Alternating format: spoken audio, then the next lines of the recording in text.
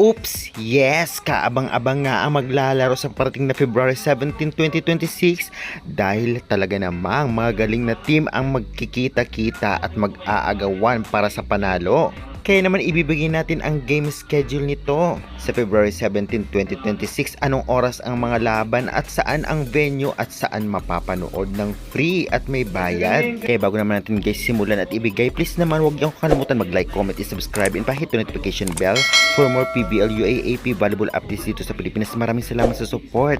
Guys, isang subscribe, like and share. Masayang-masaya na ako dahil road to 10k subscribers tayo para lagi kayong updated sa mga latest happening sa volleyball. Maraming salamat again. At syempre, avail na ko ng napakamurang t-shirt ng Creamline at Chocomucho dyan sa baba para sa remembrance. At syempre, sandals, shoes, sports shoes, ano pa man, napakamura lang at maganda na. At syempre, nakatulong na kayo sa akin kahit konting commission, 5 pesos or piso, okay na sa akin. At kahit anong items, kahit wala dyan sa ating nabanggit, ay pwede kayong gamitin yung link para naman sa ating gustong bilhin. Kaya maraming salamat again. Kaya guys, pasensya na. Ngayon nga ay ibigay na natin ang game schedule na magaganap nga ngayong February 17, 2026. Saan ang venue, anong oras ang laban at saan mapapanood. Unang tapatan, ito ay ang labanan ng Chocomucho Flying Titans versus Capital One Solar Spikers, 4pm.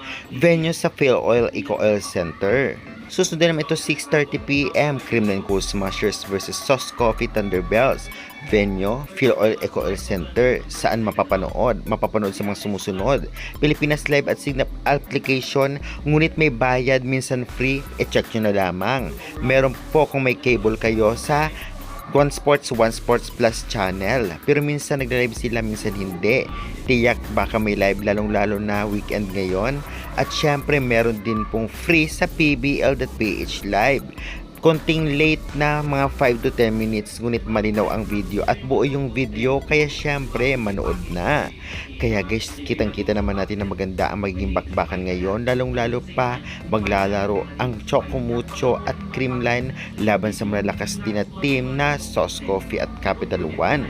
Kaya guys, sa tingin ninyo anong team mananalo kaya? Sige nga, i-comment mo nga at huwag kalimutan mag-like and subscribe for more volleyball updates. Maraming salamat sa support and God bless!